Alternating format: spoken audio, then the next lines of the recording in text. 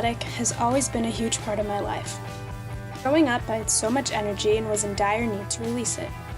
So what better way to do this than using it in sports? At the age of 5, I made the decision to ditch all other sports and start with soccer, and I've been in love with the game ever since.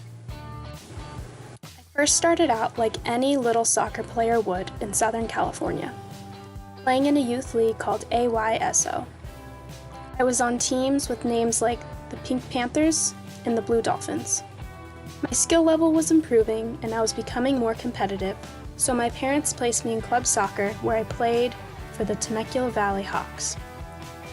From my first club team, I learned the basic fundamentals of teamwork.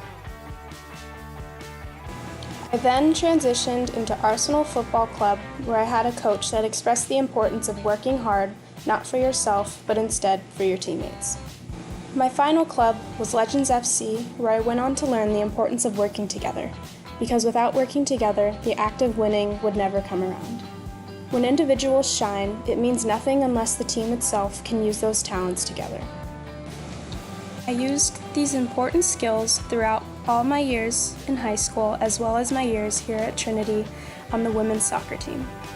As I became older, I realized each position on the field, although very different from one another, all need to work together in order to perform at the highest level. My position on the field is center midfield, so I have a very important job to control the game. To give you a basic understanding of each position, I will mark them on this field with an X and explain each of them. First up, we have the goalie and defenders. Their main job in the game is to protect the goal, and they must have no fear in making critical decisions. Next up, we have the midfielders who make the plays. Their main job is to control the ball and develop some of the most important passes and runs up the field. The final position on the field is the forwards. They must be sure to finish and execute their shots in order to score goals. When you think about it, you can make many connections from the areas of the soccer field to our 3 branches of government: executive, judicial, and legislative. The first branch is the executive branch, which is better known as the president. He or she has the upper hand in making decisions for the laws, and like defenders and the goalie, he or she must not hesitate on his or her decision making. The second branch is the judicial branch, which includes the justices who make sure the laws are carried out fairly. This branch parallels with the midfielders because they must make sure America's laws run as smoothly and equally as possible.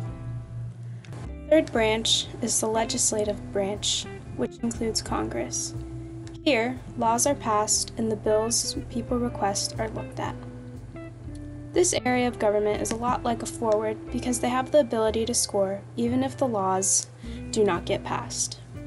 Just like in soccer, one part of government cannot be more powerful than the other. They must work equally together or they will not succeed. All in all, the government and soccer actually have a lot in common. The branches of government were set in place to make America succeed, and the different positions on the field were set in place to win the game. What we can learn from this is that working in groups that have different roles than you focus on ways in which you benefit on working together. Because after all, teamwork really does make the dream work.